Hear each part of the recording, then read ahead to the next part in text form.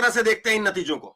देखिए धर्मेंद्र जी, कल हम लोगों ने जो बात की थी, हमने कहा था कि कांग्रेस अपनी भीतर की तमाम विचारधाराएं जो उसके यहाँ काम करती हैं और उनमें परस्पर संघर्ष भी होता रहा है, उनमें उनका एक टेस्टिंग भी ये चुनाव है, अलग अलग राज्यों में अलग अलग विचारधाराओं का। जी जी। तो तमाम तरह की विचारधाराओं का एक एक्सपेरिमेंट भी चल रहा है अब पूरे आत्मविश्वास के साथ।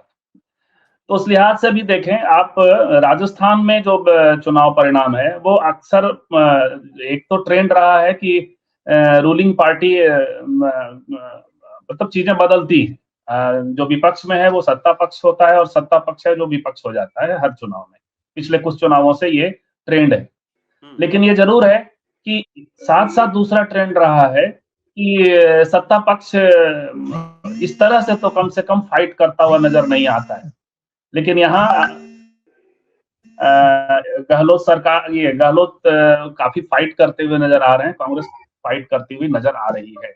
आगे क्या होने वाला है, 12 बजे जब आप बात कर रहे होंगे, 1 बजे जब हम बात कर रहे होंगे, 50 से नीचे यदि कांग्रेस चली जाती है तो वो दूसरा ट्रेंड भी हम देखेंगे। यदि 50 से नीचे चला जाए कांग्रेस, वहां चली जाए, तो वो फिर देखा जा सकता है। मध्य प्रदेश में जो कल बात हो रही थी कि हिंदुत्व, सॉफ्ट हिंदुत्व और एक तरह से कमलनाथ के नेतृत्व में हार्ड हिंदुत्व, वहां केंद्रीय नेतृत्व के लिए एक तरह से मध्य प्रदेश में विंध्य का इलाका एक सीमा पैदा कर देता है, इस तरीके की स्थिति थी। वहां सब कुछ कमलनाथ जी का चल रहा था। यहाँ तक कि जो इंडिया गठबंधन ने जिन एंकर का बहिष्कार किया था, उनमें से एक को बुलाकर उन्होंने इंटरव्यू दिया। बाजप्ता हेलीकॉप्टर में बैठा कर, मैं नविका कुमार की बात कर रहा हूँ। तो वहां सब कुछ कमलनाथ जी का चल रहा था। उसको यदि एक वाक्य में मैं कहूँ कि राहुल गांधी यदि सामाजिक न्याय की लड़ाई लड़ रहे थे, बात जाति गणना आदि की कर रहे थे, तो वहां सामाजिक न्याय ही जीता है। क्योंकि मध्य प्रदेश का जो मुख्यमंत्री भारतीय जनता, भले ही शुरुआती दौर में शिवराज सिंह चौहान को रिप्लेस करने की कोशिश हुई, उन्हें साइडलाइन करने की कोशिश हुई, लेकिन अंततः वो सेंटर में आए और पूरा चुनाव उन्होंने लड़ा है। तो ये जीत हासिल करके, जीत का श्रेय जो जाएगा वो शिवराज सिंह चौहान को जाएगा, और ओबीसी समुदाय से आते हैं। उसके उलट जो कांग्रेस का जो नेतृत्व था, वो कमलनाथ जी और दिग्विजय सिंह, हम सबको मालूम है कि वो किस समूह को रिप्रेजेंट करते हैं और किस तरीके से वहां हार्ड हिंदुत्व भी खेलने की कोशिश हुई। जब आप किसी दूसरे की दुकान का माल अपने यहाँ बेचेंगे, तो जो खरीदार होगा वो ट्रस्टेड दुकान पे ही जाएगा। तो भारतीय, यदि हिंदुत्व के जितने वोट होंगे, उस लिहाज से तो भारतीय जनता पार्टी ट्रस्टेड दुकान है। दूसरी बात कि जो स्ट्रक्चरल चीजें देखेंगे भारतीय जनता पार्टी के भीतर, तो वो 90 के दौर से ही मंडल के बरक्स कमंडल के भीतर ओबीसी को आजमाने लगी थी। ओबीसी लीडरशिप तैयार किया है भारतीय जनता पार्टी ने। तो उस लिहाज से भी आप देखें, और वो कांग्रेस को अभी करना है, तो उस लिहाज से देखेंगे तो मध्य प्रदेश में ये कमलनाथ जी की हार है, ये कह सकते हैं। छत्तीसगढ़ थोड़ा चौंकाने वाला है। छत्तीसगढ़ का एक विश्लेषण और आ जाने दीजिए, एक तो चीजें आगे पीछे होंगी, हो सकता है 12-1 बजे क्या होता है। लेकिन छत्तीसगढ़ को लेकर ऐसा माना जा रहा था कि कांग्रेस वहां लीड करेगी, और आदिवासी और कितने का मार्जिन है उस पर भी यदि बात करेंगे तो फाइनल ओपिनियन बनाया जा सकता है। तेलंगाना में हम लोगों ने कल बात की थी कि कायदे से जो सेक्युलरिज्म का अपना स्टैंड है, उसको कांग्रेस ने तेलंगाना में इन्फोर्स किया, और वो रिजल्ट लेकर के भी आ रहा है। तेलंगाना का एनालिसिस धर्मेंद्र जी हमारा ये रहा है शुरू से, एक तो है कि जो कांग्रेस और बीजेपी क्षेत्रीय दलों के कब्र पे ही आगे बढ़ती रही है। भारतीय जनता पार्टी ने क्षेत्रीय दलों को समाप्त किया, और अब कांग्रेस को बढ़ना है तो क्षेत्रीय दल समाप्त होंगे। कर्नाटक में जिस तरीके से देवगौड़ा जी को नुकसान हुआ, देवगौड़ा जी का एक इंटरव्यू भी आया था, तो उसी तरीके से यहाँ बीआरएस को आप देख रहे हैं कि बीआरएस लगभग अब और काफी लंबे दौर तक शासन कर, तो एक मैसेज क्षेत्रीय दलों को भी जाएगा, विचारधारा इनके भीतर का, कांग्रेस के भीतर। बिल्कुल। तो कहीं ना कहीं बीजेपी की पिच पर खेलने की कांग्रेस ने कोशिश की, और ऐसा लगता है कि बीजेपी की पिच पर कांग्रेस जो खेलने की कोशिश कर रही थी, तो कांग्रेस उस पिच पर उलझ गई वहां पर बीजेपी को उलझाने की बजाय, बीजेपी को घेरने की बजाय ऐसा लगता है कि कांग्रेस खुद अपने आप को जो है वो यहाँ पर उलझ गई। और इसके बीच में जो जिस तरह से मध्य प्रदेश में लाडली बहना योजना का जिस तरह से अंडरकरंट की बात हम लोगों ने कल भी कही थी कि अंडरकरंट अगर होगा तो बीजेपी को फायदा हो सकता है। हालांकि इतनी उम्मीद हमें भी नहीं थी कि कांग्रेस इतनी बुरी हालत में भी पहुंच सकती है। लेकिन जिस तरह से आप खुद भी इस बात को मान रहे हैं कि ये जिस छत्तीसगढ़ को लेकर के लोगों को या किसी भी एग्जिट पोल में इस तरह की तस्वीर उभर करके सामने नहीं आ रही थी जो तस्वीर यहाँ पे है, और इसीलिए जो है छत्तीसगढ़ में ये आंकड़े अपने आप में चौंकाने वाले हैं। और छत्तीसगढ़ में मैं आपको बताऊं तो वोटिंग के दिन मैं खुद छत्तीसगढ़ में मौजूद था और बीजेपी के कार्यकर्ता इस बात को ऑफ द रिकॉर्ड कह रहे थे कि हमारी 25-30 सीटें आ जाएंगी, हमें इस बात की उम्मीद है। लेकिन देखिए अब जो आंकड़े हमारे सामने हैं वो उस पर क्या कहेंगे, वो आंकड़े तो जो है कुछ और ही बोल रहे हैं। और शायद बीजेपी को भी ये इस बात की उम्मीद नहीं रही। अब ये क्या फैक्टर चला है क्या नहीं चला है वो इसका विश्लेषण होगा, लेकिन निश्चित तौर पर जो ये आंकड़े हैं ये छत्तीसगढ़ में वाकई हजम होने वाले दिखते नहीं है, क्योंकि ये आंकड़े अपने आप में काफी सरप्राइजिंग है। इस तरह की लहर, इस तरह की चीजें कहीं पर दिखाई नहीं दे रही थी, लेकिन उसके बावजूद छत्तीसगढ़ में ये आंकड़े अपने आप में बहुत कुछ अलग है। अपूर्वा जी, मैं आपको जोड़ता हूं, क्या कुछ है आपका आकलन? आप तकरीबन जो है वो ये मान करके चलिए कि 3-3.5 घंटे की काउंटिंग हो चुकी है। आपको लग रहा है कुछ इसमें फेरबदल होगा या फिर ये अंतिम आंकड़े की तरफ बढ़ रहा है और बीजेपी अब कम से कम मध्य प्रदेश, राजस्थान और छत्तीसगढ़ में सरकार बनाती हुई दिख रही है और कांग्रेस के खाते में सिर्फ एक ही राज्य आ पाएगा?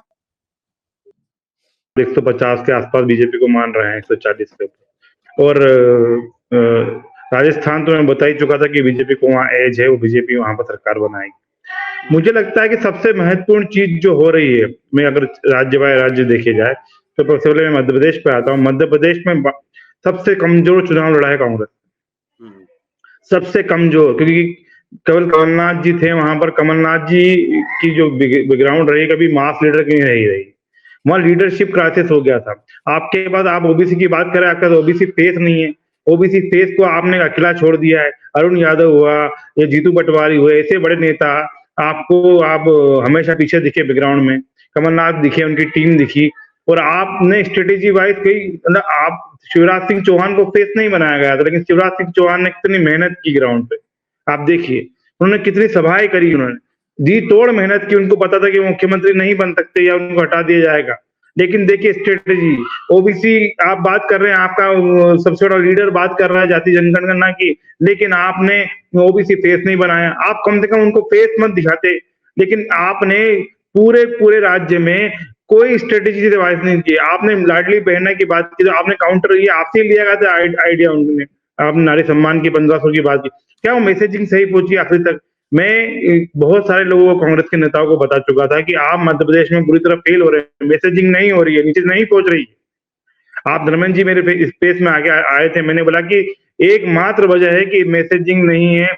ऊपर मुझे तो इतनी सारी बातें मुझे पता है मध्य प्रदेश में हुई, कई स्ट्रेटेजिस्ट आके पूछते, मुझसे बोल के गए, क्योंकि मैं बतौर प्रोफेशनल काम करता हूँ, कि ये गलत हो रहा है, ये गलत हो रहा है। मैंने कहा मैं सारे अपने इनपुट दे चुका, लेकिन लोग सुनने को तैयार नहीं थे। वहां पर टिकट डिस्ट्रीब्यूशन गलत हुआ था। आप देखिए कि जिनने टिकट डिस्ट्रीब्यूशन दिए वो तीसरे नंबर पे हैं बहुत सारे कांग्रेस के। आप इंदौर में एक सीट है महू, उसमें एक बीजेपी से आया हुआ व्यक्ति तीसरे नंबर पे है, कांग्रेस पे है।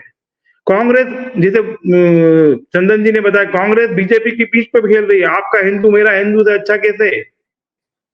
आपको सामाजिक न्याय पे लड़ना था, आपको शिक्षा, स्वास्थ्य, रोजगार पे लड़ना था। आप उनके बीच में जाकर वेटिंग करेंगे, शास्त्री जी के सामने प्रचंडा वंदन करेंगे, तो वो तो वहीं से वही उनके पास जाएगा जो सबसे अच्छा काम करते हैं।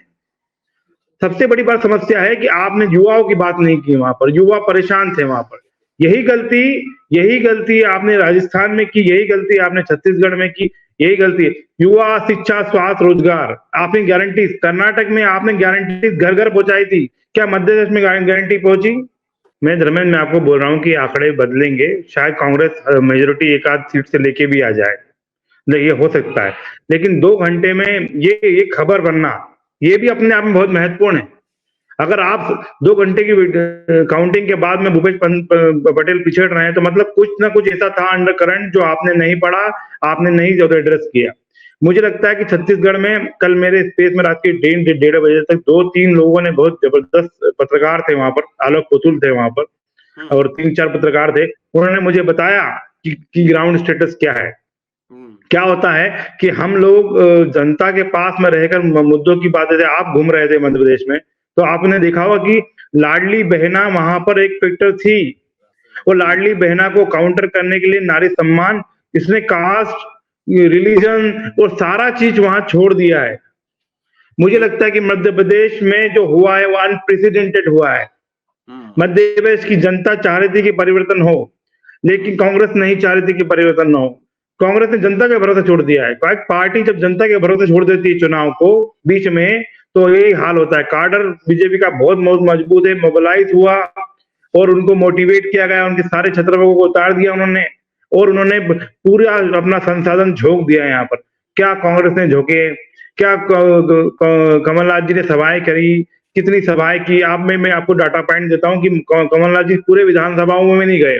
मैं रोकूंगा आपको अपूर्वा जी, और ये मैं आपको बता दूं कि YouTube के प्लेटफॉर्म पर आप जो है वो इनको कम देखते होंगे, लेकिन ट्विटर पर एक बहुत बड़ा नाम है और डाटा एनालिस्ट का काम करते हैं, काफी अच्छा जो है शानदार काम इनका होता है और लंबी बातचीत करेंगे इनके जरिए। और ये भी हमारे दर्शक जो है वो जानते हैं, इस बात के गवाह हैं कि जब हम लोग एग्जिट पोल पर बात कर रहे थे तो उस वक्त में मैंने बाकायदा ग्राफिक बना करके ये बताया था कि शिवराज सिंह चौहान लाडली बहना योजना का पहले नंबर पर मैंने नाम लिया था कि पहले नंबर पर अगर शिवराज सिंह चौहान को किसी चीज से फायदा होगा तो लाडली बहना योजना से होगा। और दूसरा, जब मैंने कांग्रेस की कमजोरियां बताई थी ग्राफिक बना करके, ऐसे नहीं मैं कोई अभी इन आंकड़े देख करके अपनी जो है वो कोई बात को बदल रहा हूं या कोई राय बदल रहा हूं। आप देखिए, वीडियो मौजूद है और हमारे जो रेगुलर जो हमारे दर्शक हैं वो इस बात को जानते हैं। बाकायदा ग्राफिक के जरिए मैंने ये बताया था कि कांग्रेस में अगर नुकसान होगा तो कमलनाथ की रैलियां कम हुई हैं।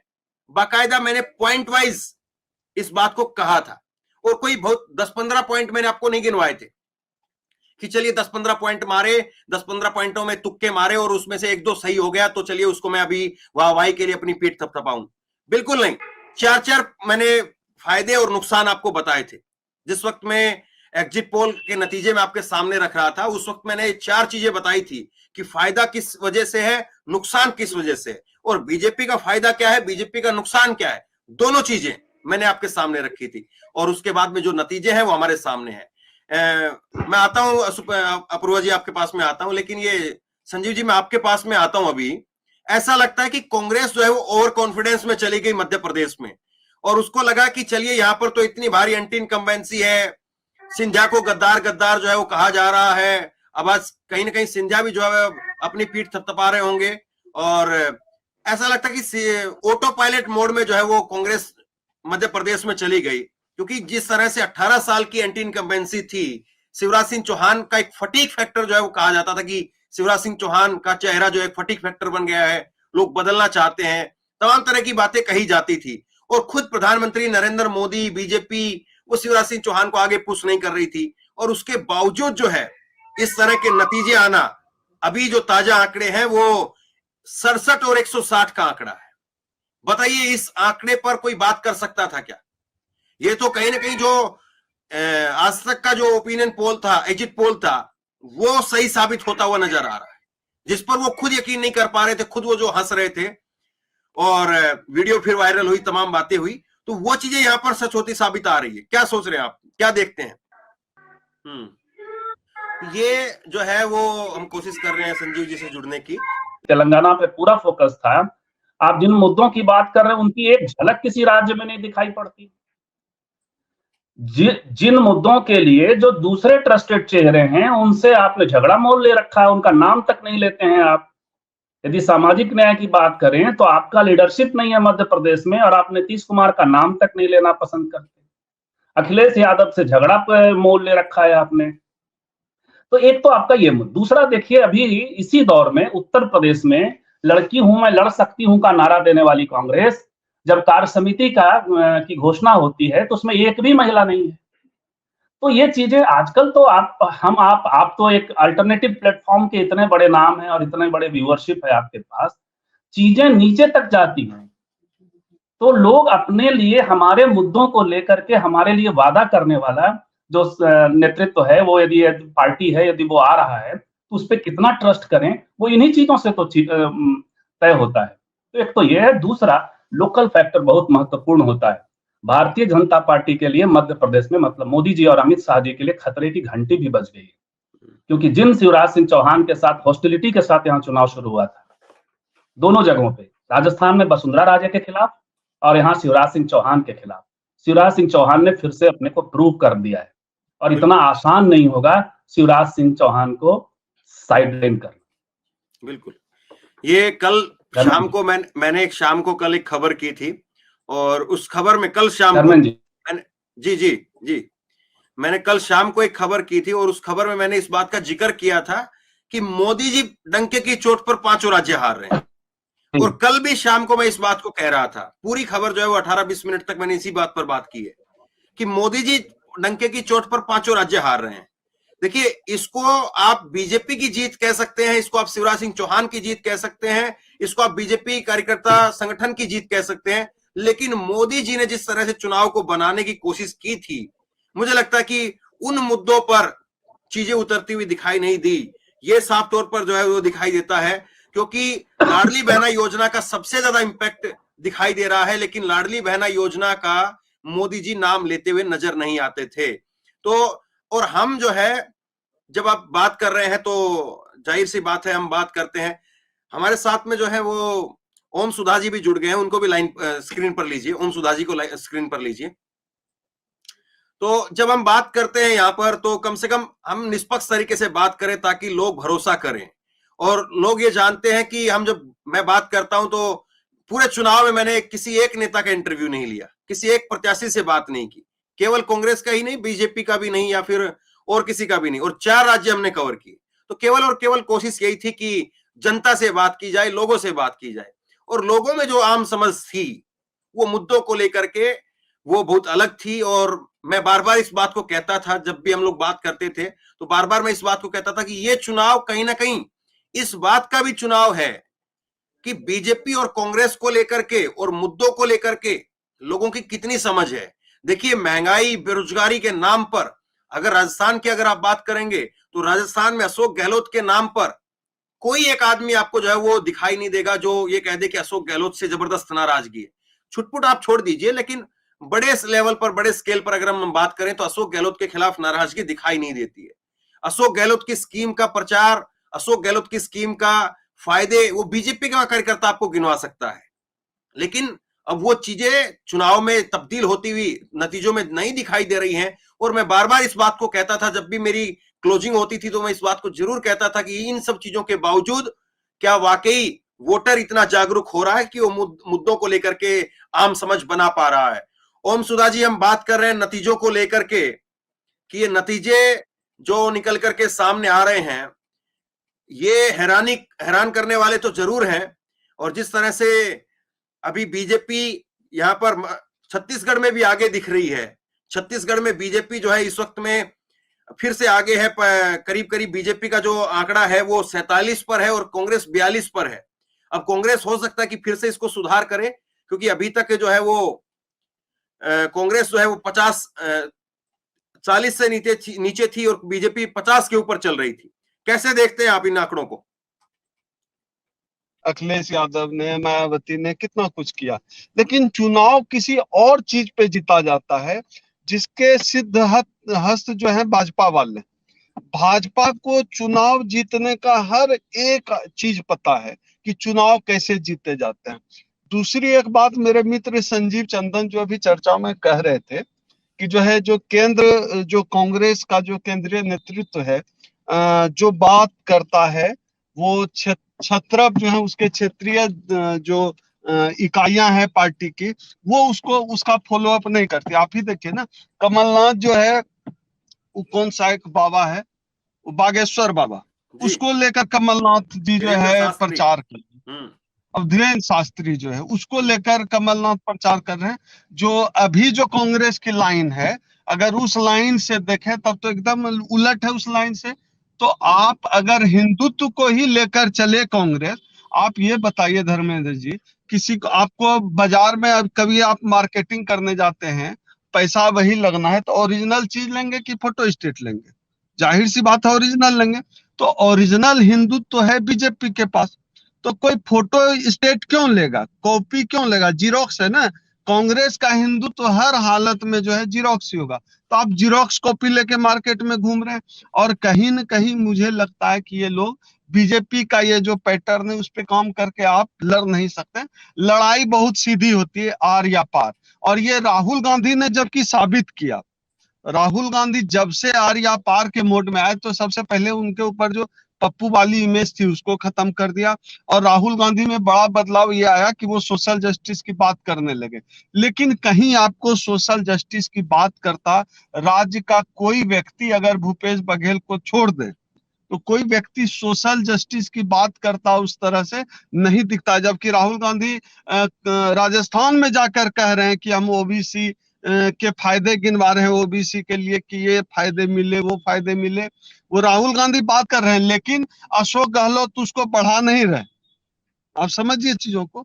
तो मुझे लगता है कि चुनाव जीतने का तरीका उनको नहीं आता है। जबकि वहीं जो बीजेपी जाति जनगणना के खिलाफ थी वो बीजेपी अपना स्टैंड बदल के करिए, जाति जनगणना तो हम करवा रहे हैं। अमित शाह कह रहे हैं, अमित शाह कह रहे हैं जाति जनगणना हम करवा रहे हैं। और ओपीएस को लेकर जो है अमित शाह का बयान आ रहा है कि ओपीएस के लिए हम कमेटी बना रहे हैं। तो कांग्रेस अपने मुद्दों को ही लेकर आगे नहीं बढ़ पा रही है, जबकि बीजेपी जो चुनाव जिताऊ मुद्दे हैं वो कांग्रेस से भी छीन ले रही है बीजेपी।